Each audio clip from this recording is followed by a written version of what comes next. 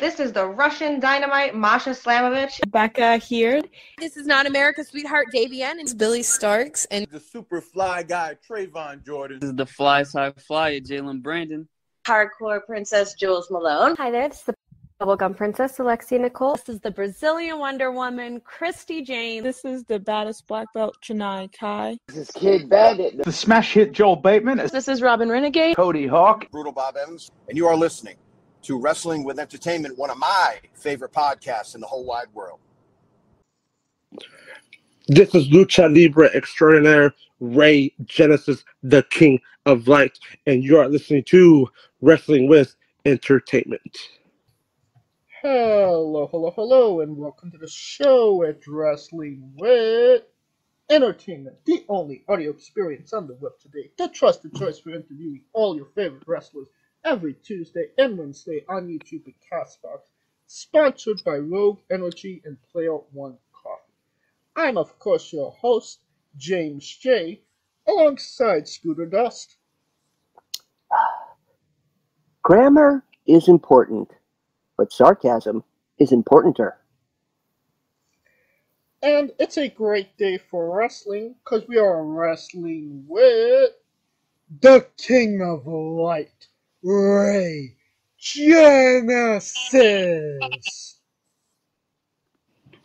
How's it going, y'all? Thank you for having me. This is the King of Light, Rey Genesis, and I just want to say thank you for giving me the opportunity to be here on your podcast. Absolutely, and thank you for giving us the opportunity to interview you. Yes. Likewise.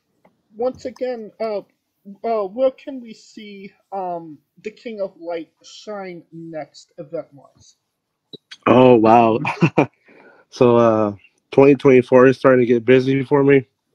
I know I have a show this weekend up in Northern California. I have another show next weekend near LA.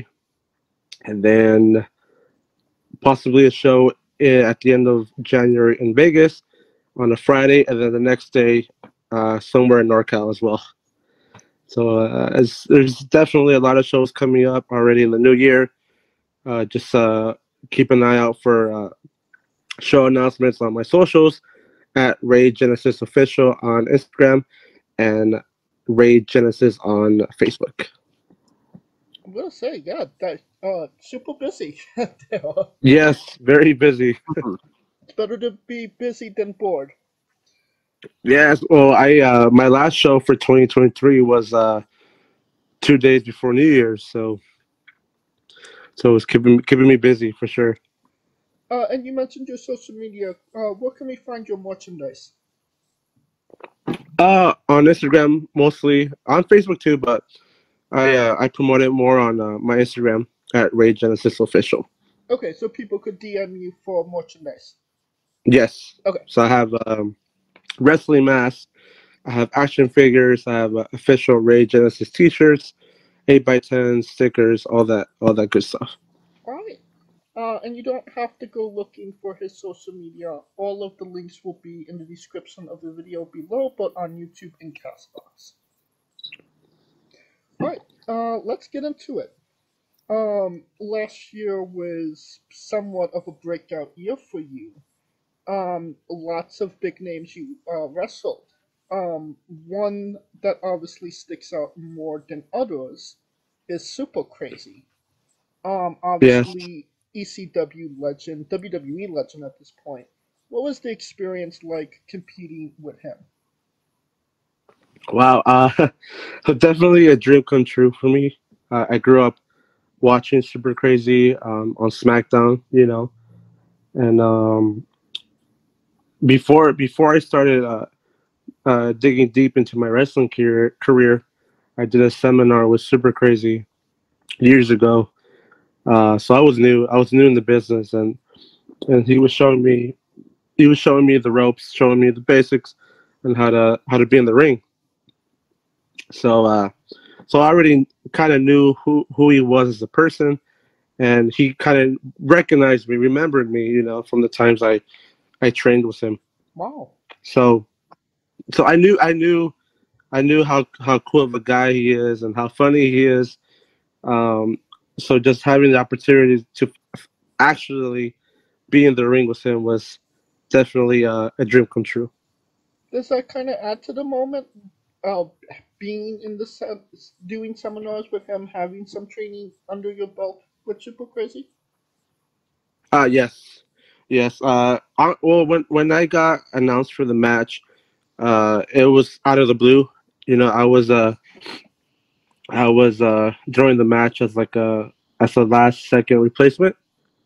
Okay. And so they're like, "Oh, you're gonna wrestle in a tag match against Super Crazy. Are you up for it?" I'm like, "Yes, put me in." Say no more. Now, I mean, being in the ring with, that stature of wrestler, is that a moment you take in the moment, or is that something that kind of sets in afterwards? Like, wow, I was in the ring with Super Crazy. You know what? It didn't set in until like maybe 2 weeks after, just because I had the match, and everything went well. It was a fun match, but then I had to focus on my next match the next week, and then after that week, I had to focus on another match. So I didn't have time to really like, oh my god, I just wrestled Super Crazy until I had like 1 week and off, right? And then I started looking back, and I was like, oh wow, I just wrestled Super Crazy. Sometimes for me, I don't really like. I just go. I go. I do the match, and then I move on to the next one. Move on to the next one. All right. Scooter, you have a question. Yes. Tell us about the time you tagged with New Japan Pro Wrestling alum Misterioso Jr. Oh yes. That was also another fun match. That same scenario. We did not know what the card was until we got to the show, the venue, and then they asked us, "Hey, are you willing to be in a match with Misterioso Jr.?" And me and my tag partners for the match were like, "Oh yes, of course, we'll definitely do it." And he was a super cool guy, super humble. He structured the entire match. He was the ring general, and he also asked us for ideas and what we want to do. And overall, a really cool guy. And the match went really well to the point where the fans started throwing money in the ring after the match was over. And that was such a huge honor for me. Everyone in the match as well, just getting to experience that with Misterioso Jr., who's killing it in New Japan Pro Wrestling. That's one of the highest compliments for a luchador, is for the crowd to draw money into the to the ring after the match. Yes, I've had it before that match. I've had it done before, but just having it with Misterioso Jr. is just something that I cherish forever, because who knows when I'll have the opportunity to have that with another New Japan star or a WWE superstar, for that matter. Oh yeah. All right. So Tim's throwing it back. All right. Now, we almost never do this on Wrestling With. But considering, the context of it, it's definitely worth asking. Your very first match in pro wrestling was at the Dome in Bakersfield? Oh wow! Yes. Oh wow! This is so. This is a throwback. So it happened. I want to say the summer of 2018. I was still training. I was training. Nude. Haven't been in the ring as a wrestler yet. And the promoter was telling me that, hey, we're having our last show at the Dome because they were tearing it down because the property was being purchased. And so he was telling me he was going to have a last show at the Dome. And he asked me if I wanted to be part of the Battle Royal. And the caveat for that was I had to, show up early, set up the ring, set up the chairs, all that, pay my dues. And so I did all that, had all my friends and family come, and I put on this ninja outfit, this blue ninja outfit that the promoter had. And he's had it used for other wrestlers, but I didn't have any ring gear, so I put on the blue suit, looked like a 80s like Power Ranger. That's how the outfit looked, and so I kid you not, I was scared. I was like, "What the heck am I doing here? Am I gonna screw this up? I've never had a match. Never, not in front of people, and the building was full. It was packed, and thankfully I had some wrestlers around me that were willing to work with me and take care of me. And when I walked before I walked out the curtain, I had a moment of epiphany where I saw, like, I don't know, like kind of like a flash before my eyes. Like, this is the moment. This is the start of my career. This is where, I can't look back. Like, this is where it all starts, regardless of setbacks I've had, in the past. Like, this is the moment. And then I opened the curtain, walked out. I took a moment, looked around, and then ran to the ring and entered the Battle Royal. That's incredible. And I mean, to start your career in a historic building, I mean, Ric Flair and Andre the Giant competed in that very arena. Was that something you were aware of at the time, or that somebody let you know afterwards? Not so. I didn't know about it until, like, when I started training wrestling, how important the arena was. But before I knew that, I would go to the Dome for lucha libre shows. They'll have Mexican wrestling at the Dome, and my dad would take me, and we would go and see lucha libre. So as a kid, I always had that thought in my head that I want to one day wrestle in this building. And me not knowing if I ever would, I never like thought about it again until I started training, and the opportunity came where, hey, you're gonna wrestle in the last ever show at the Bakersfield Dome, to a building that I came as a kid. So maybe not, historical significance, but personal significance for you. Yes, very, very personal. And to this day, I still feel sad that they tore it down, and how much history and personal memories I had in that building. Definitely, it's sad, but I know that even in the Bakersfield city, that many wrestling fans will always remember the Bakersfield Dome. All right, Scooter. I have to mention first, I was just as nervous, and I was only a ring announcer at the time, so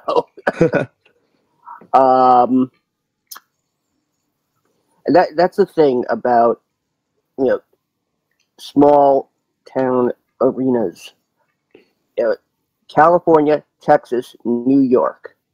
The three, the most notable small venues out there. You're talking about the Bakersfield Dome, of course, New York. Here, the Elks Lodge. Gone, came back, gone again. The Sunnyside Gardens, completely gone. All in my neck of the area. But let's go from that Battle Royal to your actual in-ring debut. Now, that was at the tail end of 2019, if I'm correct. Yes. And it was just a mere 3 months before lockdown began. Yes. What was going through your mind at the time, having been a talent who just made their debut, to not being able to show your skills to in-person audiences? I was devastated. I had just spent 2 years or so training and finally making my debut in 2019, November 2019, to where, the whole lockdown and COVID happened. Just like every wrestler, it devastated me. I was like, wow, I just made my debut, and even in 2020, I went to Mexico City in January of that year to go train. I went to go train and perfect my lucha libre skills with some of the top trainers from CMLL and around the surrounding promotions out in Mexico. And I was watching on TV how bad COVID was getting, and so if I didn't come back at the right time, I honestly would have been locked in Mexico. And thank goodness I came back. But even then, when I came back and not knowing I couldn't wrestle, it just devastated me, and that we couldn't train. I tried everything to stay fit, work out at home. Luckily, there was a few gyms that allowed some wrestling, but we had to take the proper precautions and follow protocol. But at the same time, it wasn't the same, not having the crowd interaction.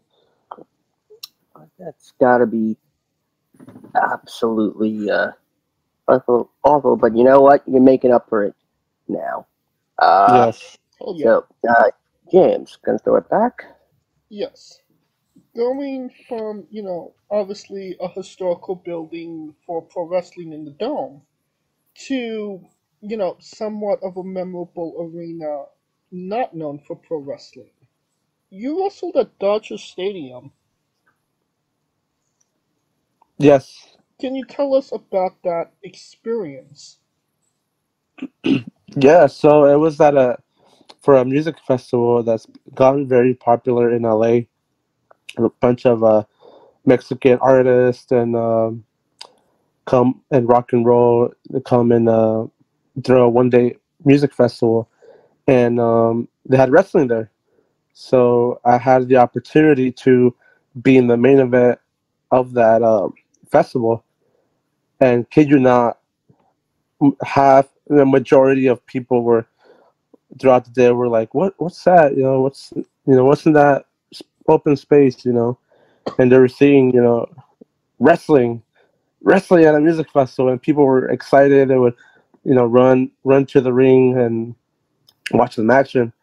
But for me, I came to the festival, and I was told, hey, you're in the main event, so your match is not until 5 o'clock, 6 o'clock at night. And I got there at like 8 in the morning. So I was like, what? Like, can you repeat that again? He's like, yeah, you're wrestling in the main event. Like, that's what you're doing. I'm like, oh, okay. So I spent like the whole time walking around the festival, and as time got closer, I was getting anxious to get in the ring because I already had already been like 4 matches gone by, right? and I still had to wait till 6 o'clock. And I'm like, oh my gosh, like I'm getting anxious. I want to get in the ring. But once 6 o'clock hit and I got in the ring and I walked out, I just hearing the fans that loved Lucha Libre cheering for me, and was like, again, I didn't, at that moment, I didn't really I was in the zone. I was in the zone, and I didn't reflect on it until maybe a week later. But I walked to the ring and did the business. And as I was running the ropes, doing the move, I looked up and I'm thinking to myself, wow, there's Dodger Stadium literally right behind me. Like I'm here at Dodger Stadium wrestling in front of thousands of people. It's it's something that you don't think of that at that moment. Right. It's just something that you don't think of at the moment, but once I start to wind down and get home and stuff like that, then I'm like, wow, I just freaking wrestled Dodger Stadium. And then the next day, I'm like, oh, well, I'm me again. I'm normal, normal person. But I mean, from having to wait from 8 a.m. to 6 p.m., I mean, that's a lot of freaking stretching. Yeah, dude. I was walking around, I was sitting down, took a nap, and I was just trying to keep busy, just trying to move. Oh, yeah. Right, Scooter. Those damn Dodgers. He's a Mets fan. Yeah. Okay. Yeah, and I hate the Yankees. So, tell us about your experience working alongside Damien 666. Oh, again, another great human being. Another scenario where I did not know the match card. I got contacted by the promoter 2 days before, telling me that, hey, I need you to come to Fresno. I have a show coming up. I'm like, okay, I'm gonna be a little late for so and so that I'm doing. That's not a problem. So, did some personal things. Headed to the show. Got there. Maybe midway through the show. I think there was intermission by the time I got there, and got all my gear, all my stuff, and the promoter tells me, "Hey, you're in the main event. You're tagging with so and so, and you're wrestling against Damien 666 and his tag team partners." And I was like, "Oh, okay, cool," And so, really cool guy. Really took care of me. Definitely a fun match. We pushed each other to the limit. We went out to the ring. We went outside. I hit Damien with a cup of agua fresca in his head. He hit me with his kendo stick. Great times. I thanked him. Thank you for the match. Same thing. Before I forget, after the match, again, the fans loved it, where they threw money to the ring. That's incredible. I remember seeing Damien on WCW on Nitro when the cruiserweights were all coming up and the era of the luchador was really beginning in WCW. Him and Hallowicked and others, absolutely incredible. James, throwing it back. Yeah, he's definitely a really cool guy. In or outside the ring, definitely really cool, really nice, genuine. He definitely knows what he's doing for wrestling over 30 years. Definitely a man I respect truly. All right, now, James. Now you've mentioned a few times, like when you're wrestling these names, a lot of the times it's maybe like hours before you actually get in the ring with them. Hmm. Do you prefer to know a couple hours, or would you like maybe like a week in advance to know, that you're wrestling this person? What's your mindset with something like that? Before, I would have enjoyed it if they let me know in advance. But now, with the experience I've had now and matches I've had, I could go. If they could tell me, "Hey, tomorrow you have a show. Can you come do our show?" And I go to the show and they're like, "Oh, you're wrestling XYZ." But okay, like I now have the confidence to put on a great match with anyone. Okay. That's how I feel now. Before I would get nervous and would want to know um, who I'm wrestling. I still get nervous now, but I right now I feel that my wrestling ability has gone from 0 to 100 real quick, and now I feel like I could put an amazing match with anyone. Was building that confidence wrestling in a three-way against Dega and Mecha Wolf? So that match definitely had a big part in the way how I view matches. So those two, Dega and Mecha Wolf, um, was my first match wrestling big stars, and I kid you not, I was scared, very scared, nervous, because I had no idea what I was getting myself into, and at the time, I was doing all my best efforts to not get freaked out and just take it calmly and go with the flow. And the night of the show, um, we talk about the match, and they're cool guys. Mad respect to them. Uh, really cool guys, and they took care of me in the match. But I'm not gonna lie, I was very nervous to the point where I I I, I wasn't focused. I was not focused. The match went well, but in my head after the match, I was like, damn, like I should have done better. Like um, I freaked out. And Dog and Mecha Wolf, they were happy with the match, but they definitely gave me advice where you're still new.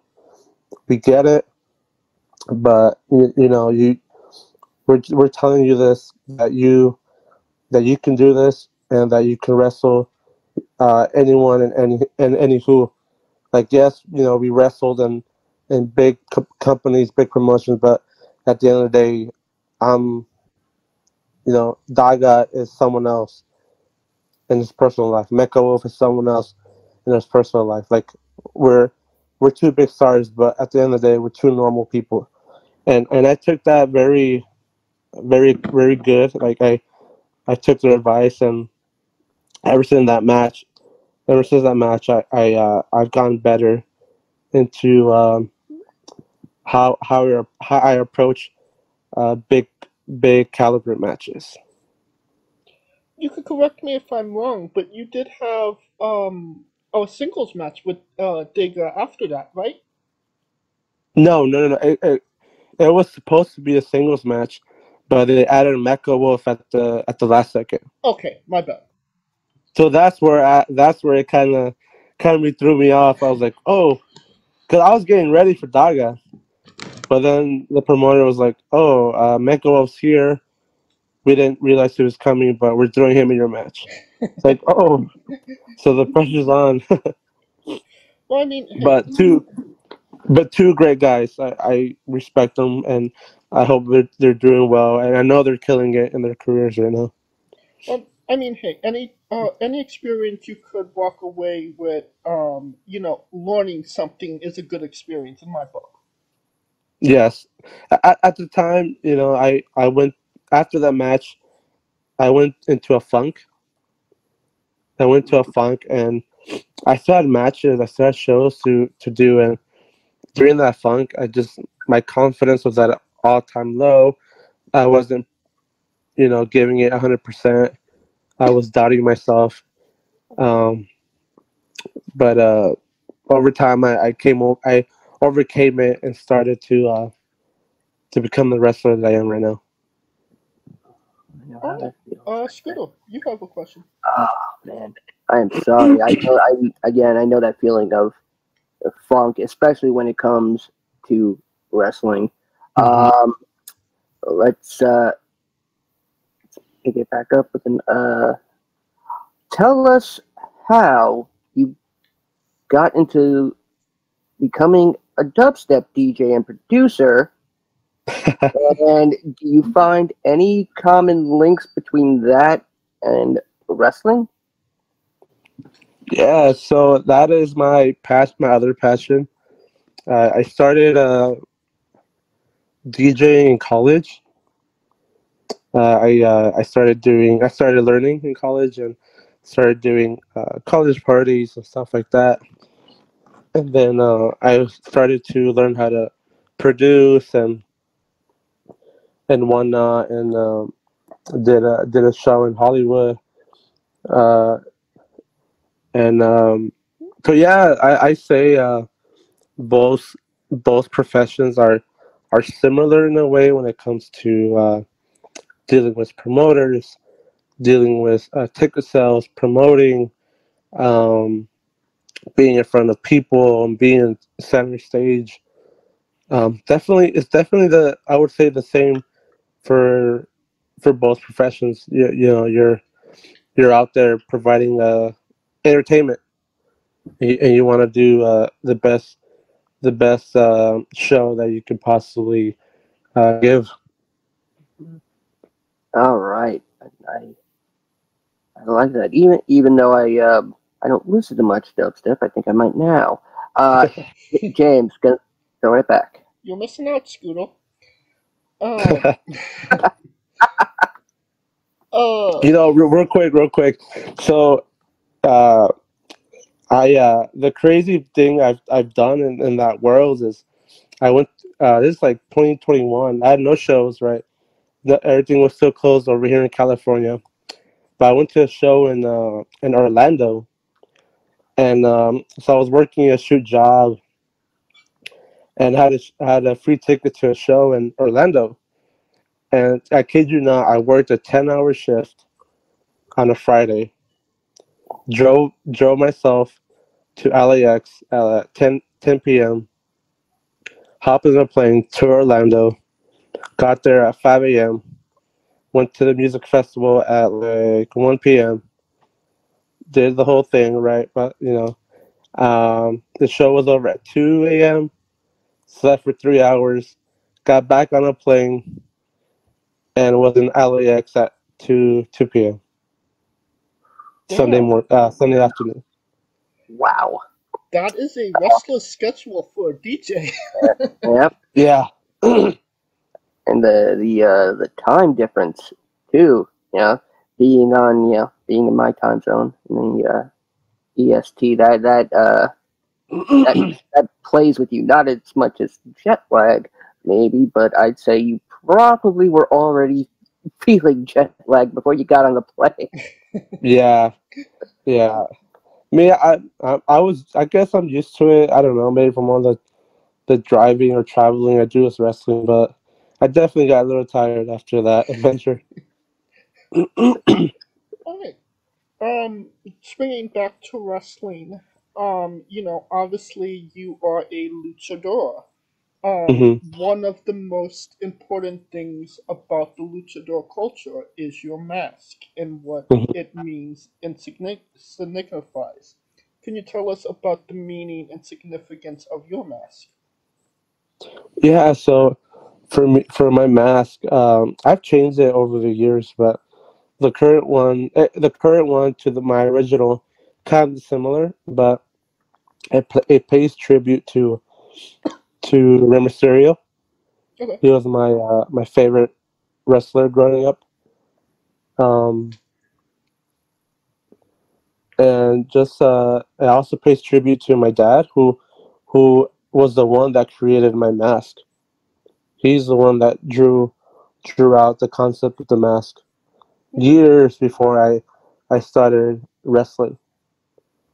He always had the back of his head that I would be a professional wrestler. So I was telling him, hey, I want to be a wrestler. So, okay, and he would draw little sketches, and I kind of fell out of wrestling for a bit in high school, and then one day he showed me a sketch of his mask of the original design that I have, and I loved it. I was like, oh, this is a perfect mask. It represents Rey Mysterio, and represents my dad's him drawing it, and some of the things I like on the mask with the snakes and the crown and stuff like that, and I'm like, yeah, this is yours if you want to be a professional wrestler. And I said, okay. And then there, here we are. I'm portraying the mask, and my dad's, he comes to shows and always he has his own mask too. So he'll come to shows and he'll put on his mask and we'll come out and you'll see me. I'll see him. I'll point at him when I'm posing, and it just to me it represents just family. Family is very important to me, and if it wasn't for the support of my family, I wouldn't be a wrestler right now. Now, behind every great gear is a great gear maker. Can you tell us about your relationship with Scarlett Rose? Yeah. So this is a secret between you and me. So the guy behind the mask, the guy that's under the hood, is in a relationship with Scarlett Rose. So that's how. So the guy under the mask is in a relationship with Scarlett Rose. Let's just What go. Let's just put it at that. What mask? But but yes, I know her because we also train together every week, and one day she she was like, "Hey, let me make your gear." I was like, "Huh?" Like, yeah, like I know how to sew, and I would see her sew at the house and stuff like that. And I was like, okay. At first, I was adamant. I was skeptical, because I would get my gear from Mexico, but they would take months to ship it, and she would always see me like struggle and messaging these gear makers from Mexico, and she just felt bad, and she asked me if she wanted me to make my gear, and I said, yeah, let's go for it.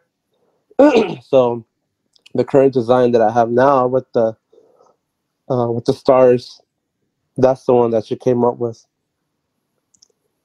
and so kind of similar to the original one. Um, she opened up a new, different concept of the Rey Genesis character, and I guess now my signature for the gear is half one color, half another.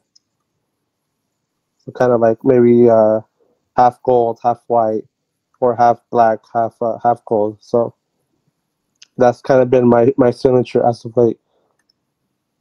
Yeah, all thanks to her. I mean, it does beg the questions. What is the advantages and disadvantages of wrestling your significant other? Advantages, I say we get better every time we wrestle in the ring. We wrestle so many times to the point where we just go in there and just wrestle, you know, um, and it becomes a great match because we know each other's body language, we know what we do, Disadvantages? I don't think there has been. Maybe me losing, but I don't care. You know, when you lose. I mean, honestly, I think she's beaten me 7 out of 1. 7 out of 1. You know, and so you know, to me, wrestling, man, it's in the moment. You know, win, loss, whatever. You know, we're just there to put on a great show and have fun. So you're not thinking I probably shouldn't hit her that hard, or she'll charge me an extra $5 for my next skill. No, there are times where I think about, damn, did I hit her hard, but there's times where she's hitting me hard, and but not by accident. And she'll be like, "You okay?" I'm like, "Yeah, I'm fine. Just continue." And even after the match, we'll be like, "You okay? You okay?" Like, we carry play each other, and even though we the intensity's up, we try not to hurt each other. Okay. Scooter, you have a question. I just want to say, that's almost like an unspoken relationship, or rather, an unspoken wrestling no. If a couple starts training together, doesn't apply if one of you or both of you were already training and then got together. But that was a big curse for me, unfortunately. All right, but let's get back to a more positive note. Aside from my stupid ex-wives, tell us about your encounter with, and we asked Scarlett this too. Tell us about your encounter with Peter Dante. Oh, Peter Dante, yes. At first, I was like, I asked her, "Who's Peter Dante?" Because I didn't know who he was until she showed me. Oh, he's the guy with that appears in the Adam Sandler movies. Yeah, the stoner. Like, really, which one? Yeah. And then the movie that I went back was 51st Dates. 51st Dates. He's in the last a couple scenes in the middle. He works at the hospital. Clinic. Like the line I remember is where he's like, "Man, I freaking suck at this job." Yeah. But super great, super chill dude, man. Super chill. Like he was there to have a good time and watch wrestling, and he came to my match, or after my match, he came to me like, "Bro, you freaking killed it! Like you were doing some moves that, holy crap! Like, damn, I was mind blown." And like, thank you. Like, this is so cool. Like getting to talk to Peter Dante. I was like, I seen you in 51st Dates. And he's such a cool guy. Yeah. Such a wonderful dude, and I feel like what do they say? Don't meet if you meet celebrities. Yeah, don't meet your heroes. Yeah. Nah, he's definitely chill. Definitely a cool dude. Now, I'm presuming this is at the same time when Scarlett met him, but it's the same shirt too. And he was, shilling for his cannabis company. Yes. If you want to see Peter Dante just being Peter Dante for 2 hours, he and Alan Covert, the other face you recognize from Adam Sandler movies, for 2 hours, watch Grandma's Boy. Already. All right. I see them in That's My Boy. Yes. Yes. Which is kind of the I believe it's the same actual character. Oh, okay. Roughly, but all right. James, throw it back. Keeping on interesting encounters you've had, you've met Tom Kenny, SpongeBob SquarePants. Yes. Yeah, he's I think it was my second time, but it was my first time I got a picture with him. And he loves professional wrestling. Like he's like a die-hard wrestling fan. Really? Yeah. I always see him in the Lucha Libre shows in LA because he lives not that far. And he's always at every Lucha Libre show on the weekends. He loves the sport, which is crazy to me. Who would have thought Tom Kenny, voice of SpongeBob, loves professional wrestling? But he's same really genuine, cool dude.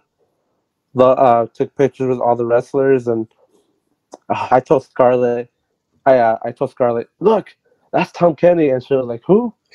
Like, oh my god, you don't know who Tom Kenny is? It's like, no. It's like SpongeBob. It's like, oh no way. I'm like, yeah, that's the voice of SpongeBob, and she got all fangirl, and I was like, you're a SpongeBob fan and don't know who the character behind SpongeBob, and she's just like, oh, shut up. And but yeah, definitely a chill dude. Now, you are going from, luchador style to strong style. You trained in the New Japan LA dojo, no? For one day, it was a 1-day seminar. And how was that one-day seminar? I believe it was with Rocky Romero, no?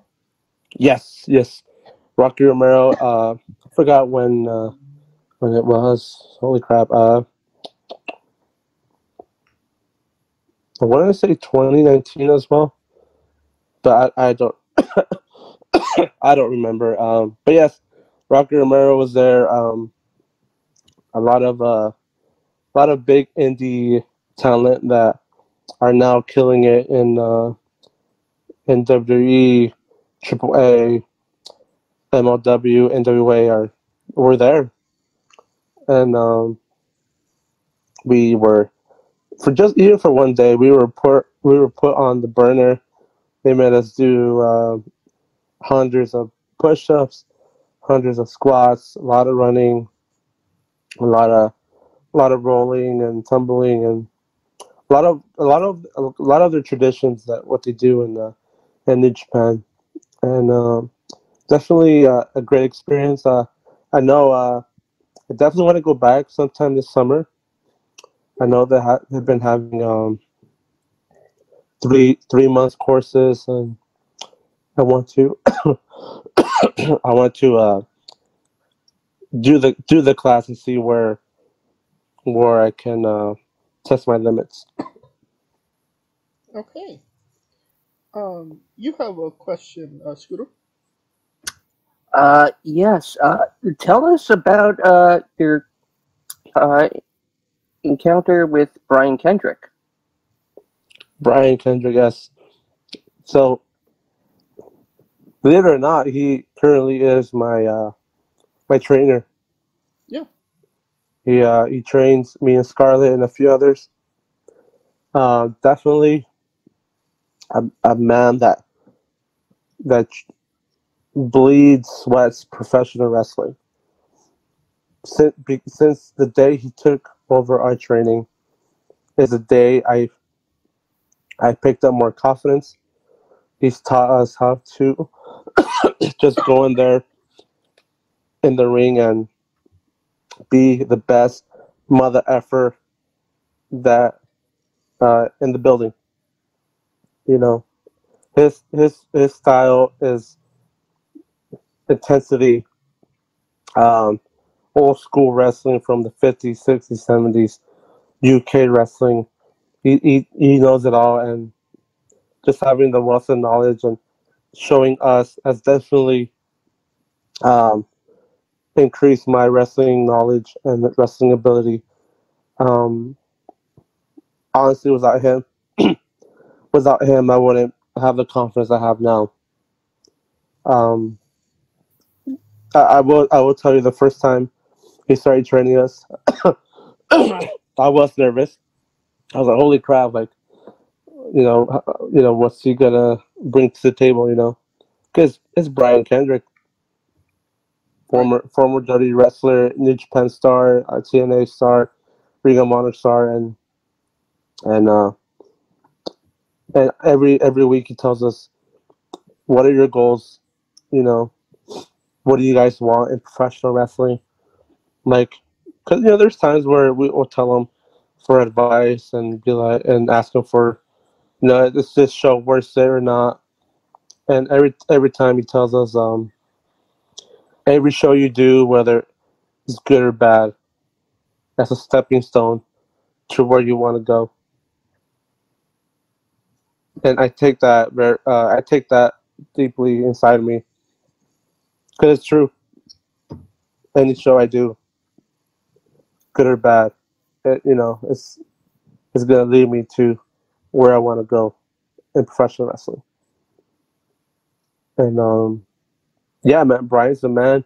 He's a cool dude. He can be he can be rough around the edges, but he's definitely a friend now. We trust him. He trusts us. He's part of our wrestling family. Um, so he's definitely one of the greats, and I'm glad that um, he's part of our training. And you actually competed against him in a match, no? Yes, yes. Fun match. It's a three-way match, and super cool dude, man. Like he's not egotistical. He asked me, hey, like, what do you want to do? Like, his biggest thing is just make sure it makes sense. Right. Make sure it makes sense, and the rest will come through. But he's such a cool dude, man. He's not gonna take over the match. Like he lets people shine, other people shine. And he doesn't have to do that, Right. but he does because he's a cool guy. He's been there, he's done that, and he could be an a-hole if he wants to, but he's not, man. He's super genuine, and the match that we had was short. I remember it was raining, so we had to keep it short. But hey, man, it was probably the best 5 minutes I had was Brian and another opponent named Richard Slade. Super fun match. Okay. Now, we love, well, I love at least, asking, these dumb questions every now and again, when they come up. You are Rey Genesis. Mm-hmm. What would happen if you encountered Rey Exodus? Right, Exodus. I'm like, hey, man, I'm coming for that Ray name. So, enemies, not friends. Yes. Okay. Hey, man, I'm the only Ray. And that's how it's gonna be. Alright, so Genesis bringing Exodus to Exodus. Yes. I think that's a great segue into our next segment, and that is Ray's Bizarre Adventure. You're a pro wrestler that goes up and down the roads, and weird, crazy, and bizarre things are bound to happen. Can you tell us a road story that fits that description? Hmm. Oh, one just happened 2 weeks ago, my last show of 2023. So It was late at night, going home. For some reason, I missed the exit to go to another route, and so I got off the ramp. The light was green, but for some reason, I didn't go. I didn't push. I didn't push on the gas. I don't know why. There was 4 people in the car. Scarlett was passenger, and she told me go, but for some reason, I didn't hear her.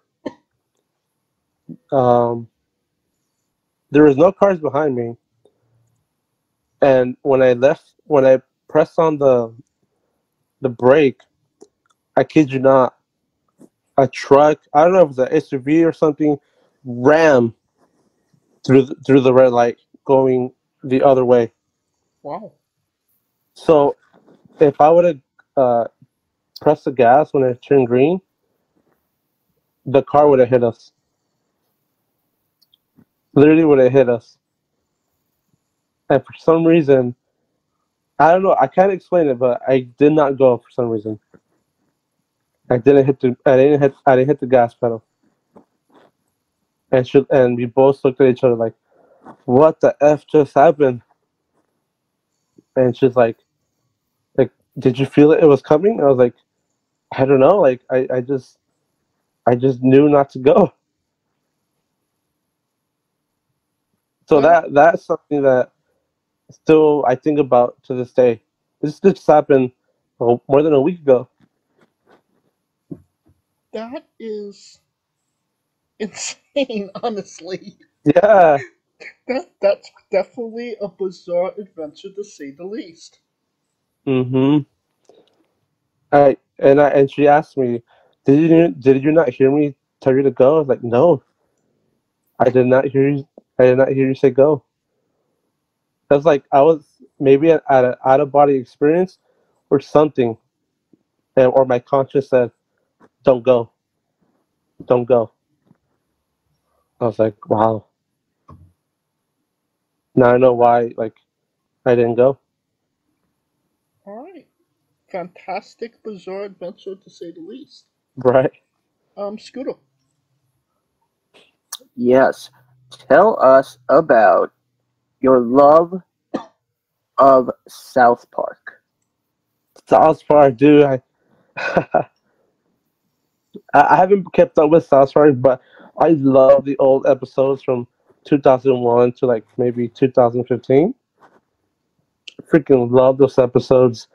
Um, Especially, I think one episode where they go on the quest to find the oh god, PS4 and Xboxes. The Black Friday. The Black Friday Chronicles. Yes. Yes, yes. I love that episode and the iPad where they create the human iPad. Oh, the human centipede. Yes, the human centipede. Yeah. Oh my god. Ironically enough, that episode comes up the most when we asked about South Park. And people either very pro or very against it. But I love that episode. I watched the COVID one, but I still have to watch like part 2, I think. Oh god, yeah, and the streaming wars. Yeah, I still have to watch that. I don't get the channel anymore, so that's why I stopped watching it. But yeah, that one I still have to finish, and the whole Integrity Farm is freaking hilarious. Oh man. See, I'm very old. I remember watching the first season on TV. When the Mr. Hanky, his first appearance, right, and whatnot. Oddly enough, that and SpongeBob SquarePants both started when I was in high school. I feel old. All right, James. Yes. Can you tell us about that private event at the Ritz-Carlton that you competed with? The Ritz-Carlton. You wrestled at a private event at the Ritz-Carlton? Try to remember. Ritz-Carlton.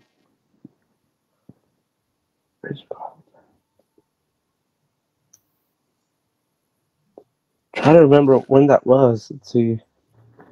I don't have a timestamp on it, unfortunately. But we could go to the next question. I have no memory of that one. Alright, Scooter, I believe it's time for the colossal question.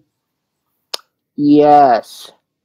So, let's presume a big movie company wants to make a movie about Rey Genesis' in-ring career. And of course, everybody knows that the most important thing in a movie that you work out first is, of course, the soundtrack.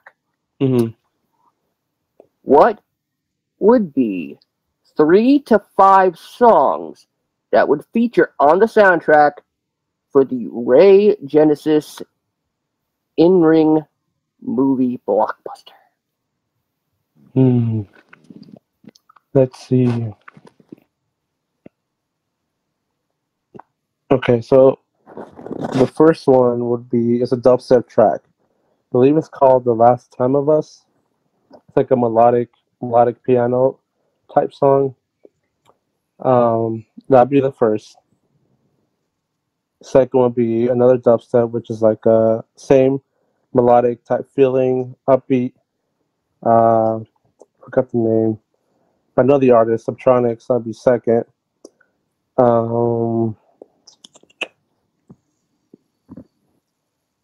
Eminem, 8 Mile. Hell yeah. 8 Mile. Mm-hmm. That would be my hype up track in high school. That's 3, right? What else? I really like Rise Against, so one of their tracks. And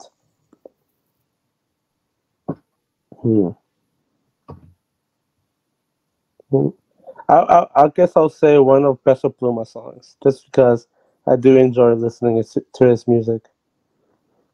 All right. Okay. You feel right in those selections? You want to lock it in? Yeah. All right. Soundtrack locked in. James. Part 2, Scooter? Oh yeah. That's the part I ask also. Yes. I ask part 3. Yeah. It's his first interview in quite some time. Yeah. This is my worry. return interview. So, of course, the second most important thing in any Hollywood project is to cast Mm-hmm. the lead. Who would play Rey Genesis in the Rey Genesis in-ring career movie? And you cannot say yourself because you are contractually obliged to make a Stan Lee-esque cameo. Mm-hmm. Man, let's see.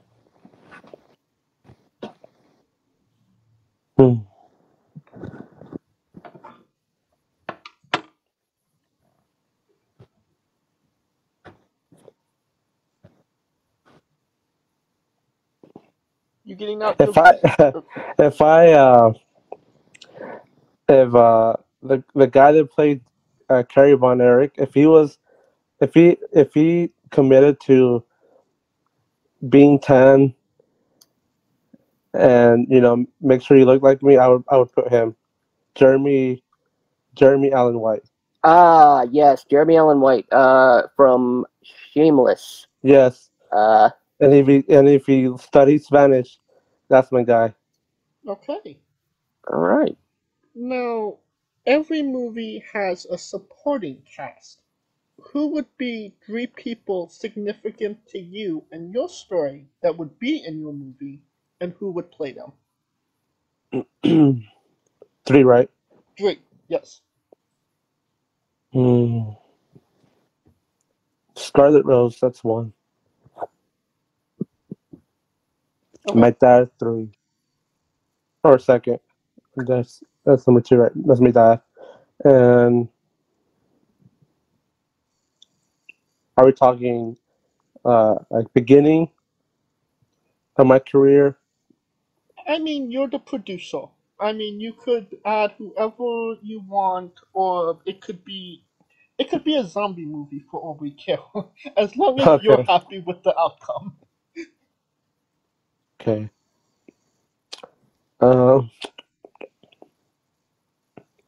Scarlett, my dad.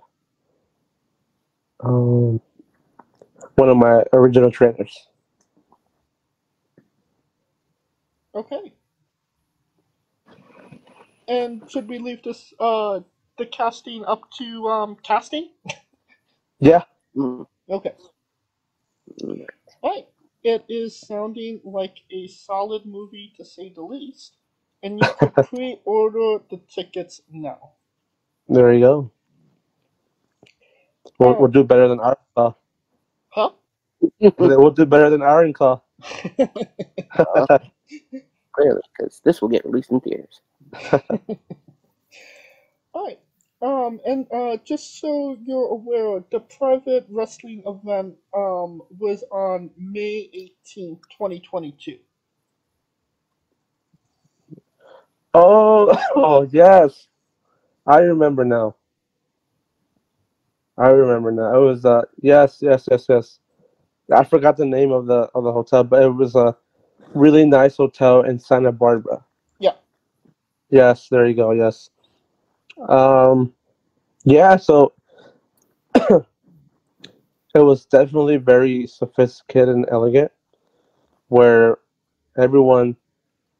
each wrestler walked out with a ring girl. And big old spotlight was on each of us walking out. I was like, this is like some boxing level type, going on here. And I guess there were rich people, doctors, people that are influenced in that community, wanted some wrestling entertainment, and so they went all out and got us catering, ring girls, made it made it made a very boxing type feel. Definitely, it was a great experience. I wrestled a very good buddy of mine. We put on a banger match. I try to remember if that's where I think I hit my head. I hit my head on one of the chairs. Ouch. When I dove out. I dove out because my opponent messed up his knee during the match, and I told him, "Hey, do you still want to do the dive out spot?" He said, "Yes, let's do it." And so I boom boom, I run and do the dive, and I made sure not to go too much because I know his knee was hurt. But right behind him was a chair, and so I flew out, and then last second I see the chair, and I kind of put brakes on, but I still hit the chair on the side of my head, which wasn't that bad, but it could have gone a lot worse if I didn't put the brakes on.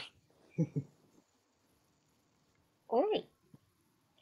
Now on to the most controversial of subjects, pineapple on pizza. What's your stance? Oh, I love it. I love pineapple on pizza. Yep. I always tell people, friends, I'm like, screw you. You know, this is my thing. I love it. Scarlett doesn't like it. I'm like, you're tripping. Everyone's tripping. I love pineapple on pizza. I've always have. Ah, no pineapple? Screw you guys. I'm going home. There you go. That's what I tell them. Alright, what's your spirit Pokemon? Spirit Pokemon. Oh man, I didn't really grow up with Pokemon, but I grew up with Yu-Gi-Oh. Ooh, okay. Yeah, I don't know why I didn't get into Pokemon, but but Yu-Gi-Oh was my thing growing up. Alright, then who's your spirit Yu-Gi-Oh card? Dark Magician. Hell yeah. That was my go-to. I was always a Yugi fan, Alright. and I would collect all his crew's cards. So I would get the Red Eyes Black Dragon, the Flying Swordsman. That was one of them. Just a bunch of cards.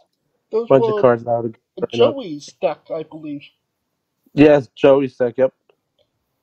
I have not thought about Yu-Gi-Oh for quite some time, and I have not collected the cards in even longer.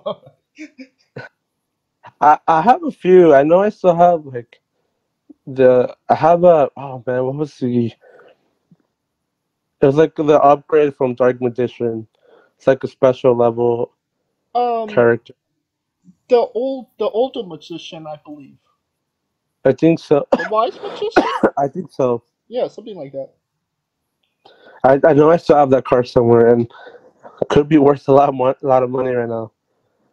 I can imagine a lot of the cards that are just in my storage right now aren't as well. Right. Alright. We love the late great Tracy Smothers on the show.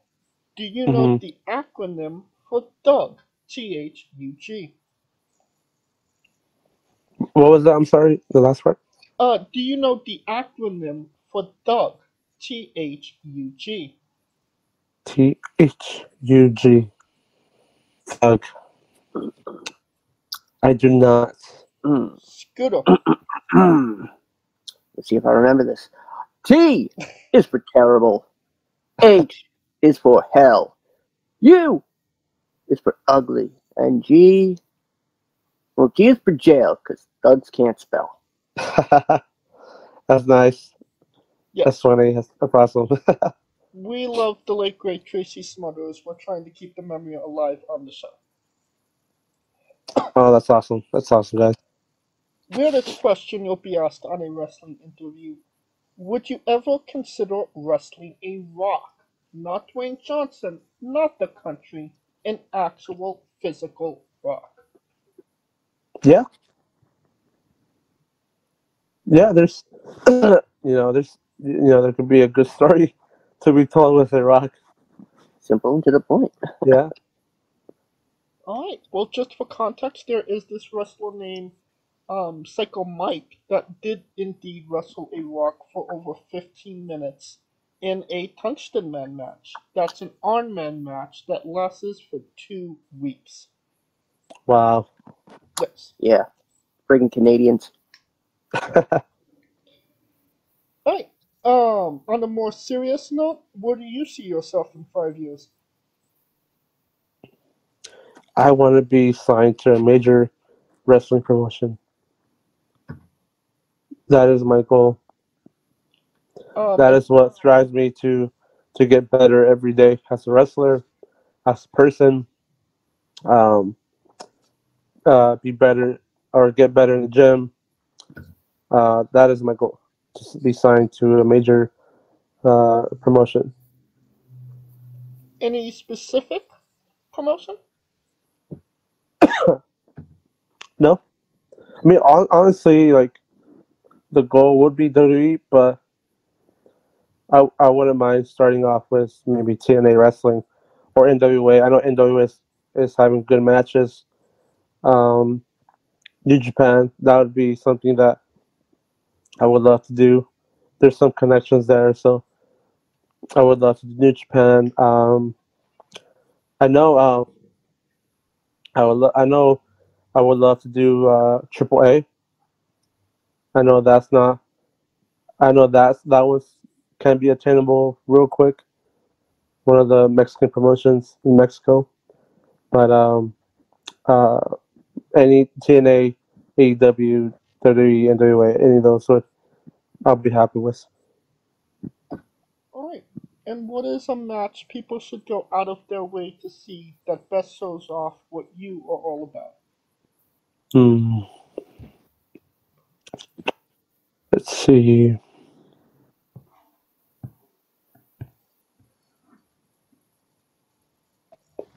Well,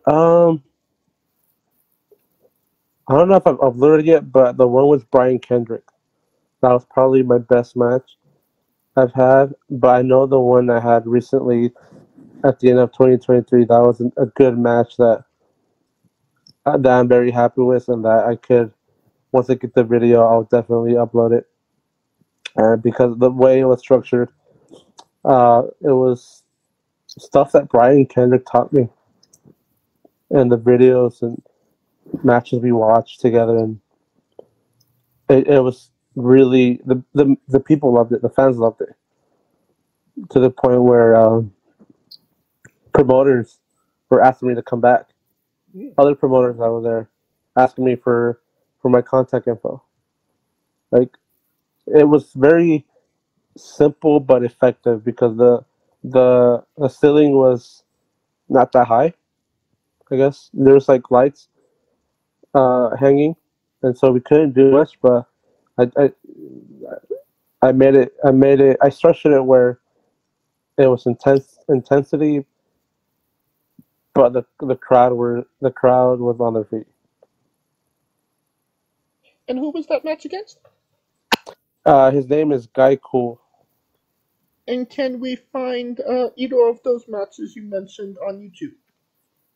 Not yet. I know they're working on that one, and I'll upload that once I get the video. Okay. The Brian Kendrick one, I will upload that. I haven't been uploading much of my matches, but I'm gonna start uploading them on my YouTube.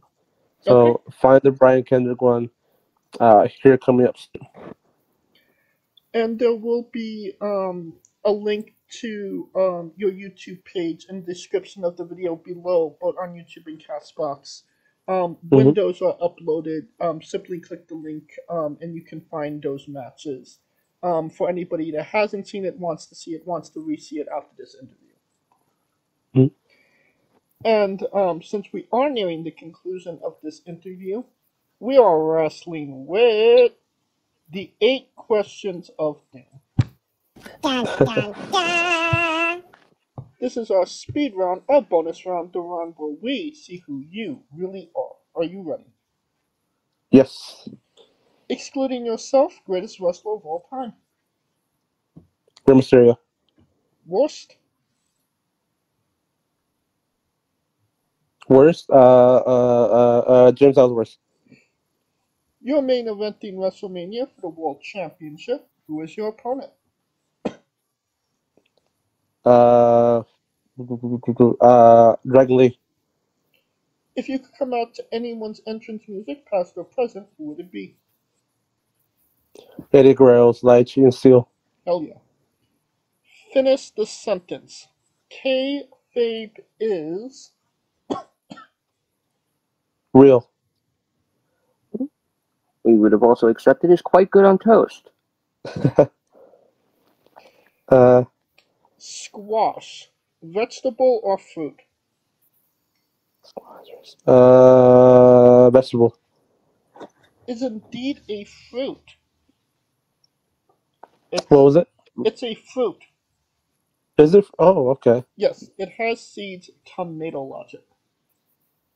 Oh, wow, okay. New Japan wrestler Taichi. His ring gear gets smaller every year, revealing more of himself to the world. My question, what is the appropriate trunks to butt cheek ratio for ring gear?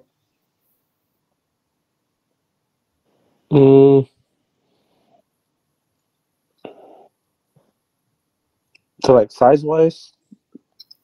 We usually go percentage. Okay. Maybe like 60%. 60% coverage, 40%. Yeah, let's do that. Okay. And the last question, the main event, the thing everybody wants to know. Have you ever had a conversation with a stranger in a supermarket about Darby Allin? About who? About Darby Allin. Darby Allin.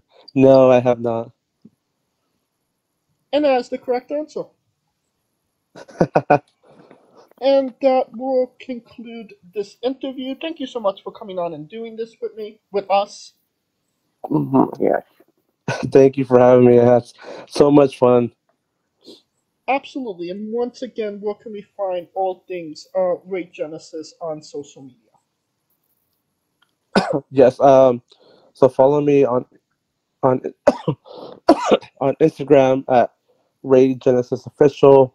You can also find me on Facebook, Rey Genesis. I do have X or Twitter, Rey Genesis Lucha. I'm not very active, but I get on from time to time, so you can follow me there. A TikTok and YouTube as well. Yeah, YouTube Rey Genesis, and then TikTok. I believe it's Rey Genesis. I have to double check on that one. And people could get your merchandise by DMing you directly on Facebook or Instagram, correct? Yes, correct. Okay. And you don't even have to type it into your Google machine. All of the links to all his social media will be in the description of the video below, but on YouTube and Castbox, simply click the link. A new tab will appear on whatever device you are on. You have no excuse. Buy a damn shirt. Of course, thank you for listening. If you like what we're doing, please like, subscribe, comment, both on YouTube and Castbox. This was sponsored by Rogue Energy and Pale One Coffee. Join us next Tuesday and Wednesday for new incredible interviews. Follow the show at Wrestling with E, both on X, Instagram, and Thread. Follow me personally at JamesJ993. Obviously, you can find out who we're interviewing, when we're interviewing them, links to those interviews, and so much more at Wrestling with E on Instagram and X. And where can we follow Scooter? As always, you can follow me on X at ScooterDust, and keep an eye out to the social medias for the time of the return of the remix. We're coming back for the Royal Rumble 2024 on June. I'm an idiot. January 24th. All right. Yep. I think that's about it for me. Ray, when I say wrestling lit, you say entertainment, okay? Alrighty. For always special guest Rey Genesis, Calico Yacht, Scooter Dust, I'm James J, and this has been Wrestling with Entertainment. Hey folks, this is the Colossal Mike Law, and you are listening to Wrestling with Entertainment. Enjoy the show, support these guys. We appreciate it very much. We'll see you at ringside.